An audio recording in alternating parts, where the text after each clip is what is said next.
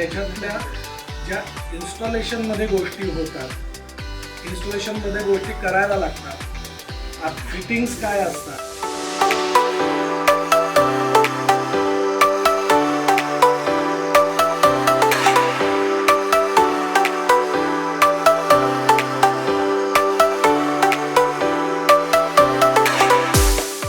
Pipe, copper pipe, HDPE pipe, PVC pipe, CPVC pipe, composite pipe आणि PPR.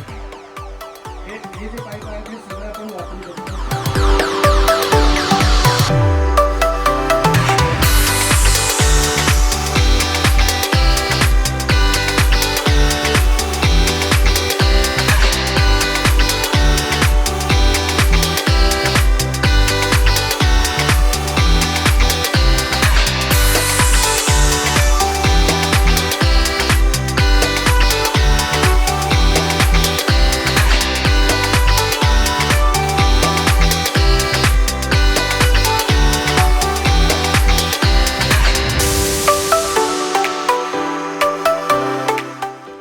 System याबद्दल awareness आपल्याला build करायचं.